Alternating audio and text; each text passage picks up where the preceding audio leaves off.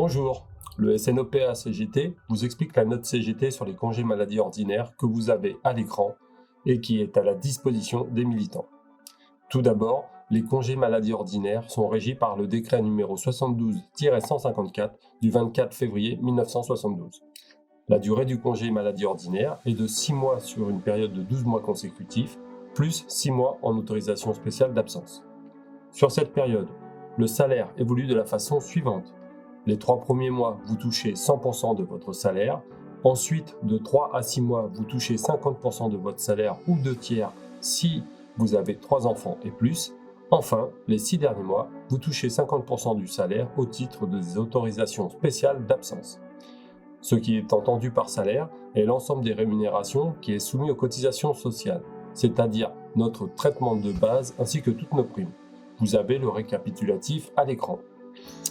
Concernant le décompte des jours maladie, un OPA bénéficie au maximum de 6 mois de congé maladie sur une période glissante de 12 mois. Un exemple pour mieux comprendre cette période glissante. Marco est malade du 15 mars au 15 avril 2023, soit un mois. Il touche 100% de son salaire. Marco est ensuite malade du 8 juin au 8 août 2023. Il touche 100% de son salaire. Marco est de nouveau malade du 1er au 15 septembre 2023. Il touchera 50% de son salaire car sur les 12 derniers mois, de septembre 2022 à septembre 2023, il a déjà bénéficié de 3 mois de salaire à plein traitement relatifs à ses congés maladie. Marco ne pourra bénéficier à nouveau du salaire à plein traitement qu'à compter du 16 mars 2024. Passons à quelques cas pratiques. Voici Marco, technicien 1-2, sa fiche de salaire et ses heures supplémentaires des 3 derniers mois qui nous servira de base de calcul pour nos différentes situations. Premier cas, Marco est en congé maladie pendant 10 jours à compter du 1er avril. On n'oublie pas de prendre en compte le jour de carence. Son salaire d'avril sera calculé en 2 parties de la façon suivante. Première partie correspondant à son arrêt maladie, 9 trentièmes du mois, soit 772,46 €.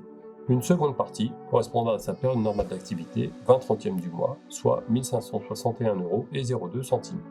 Il aura un salaire de 2323,48 € pour le mois d'avril. Deuxième cas, Marco est en congé maladie pendant 5 mois à compter du 1er avril. Son salaire d'avril sera calculé de la façon suivante. Le premier mois, son salaire correspondra à 100% de son salaire plus moyenne des HS moins le jour de carence. Les 2 mois suivants, son salaire correspondra à 100% de son salaire plus moyenne des HS, soit 2541,54 €. Les 4e et 5e mois, son salaire correspondra à 50% de son salaire plus moyenne des HS, soit 1270,77 €. Nous espérons que cette vidéo vous aura été utile.